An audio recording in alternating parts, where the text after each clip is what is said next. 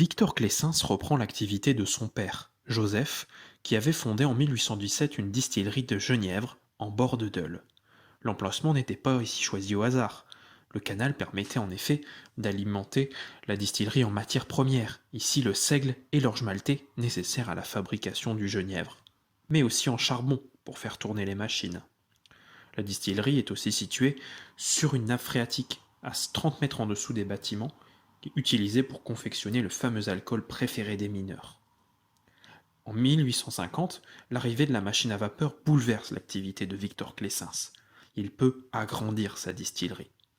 Il va donc entamer une succession de travaux et commence par ajouter une meunerie pour confectionner la farine, une malterie pour torréfier l'orge, un magasin à grains et un bâtiment d'habitation pour les 40 ouvriers qui travaillent chaque jour à la distillerie et surtout des habitations avec vue sur la Deule.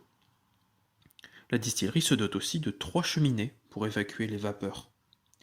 La famille va donc pouvoir se construire plusieurs demeures, dont la principale est le château Saint-Donat, où vivra toute sa vie Victor Clessens.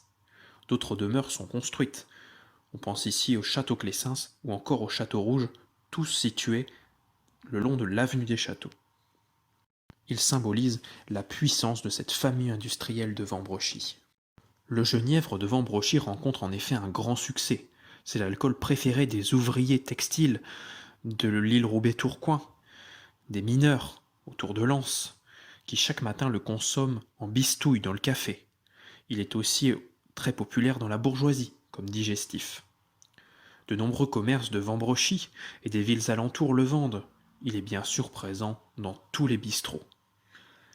Aujourd'hui, d'autres alcools plus populaires ont remplacé le genièvre, mais il est toujours possible de l'utiliser, car le genièvre peut remplacer tous les alcools dans les cocktails. La distillerie de Victor Clessens a rendu célèbre Vambrochy pour son alcool si réputé.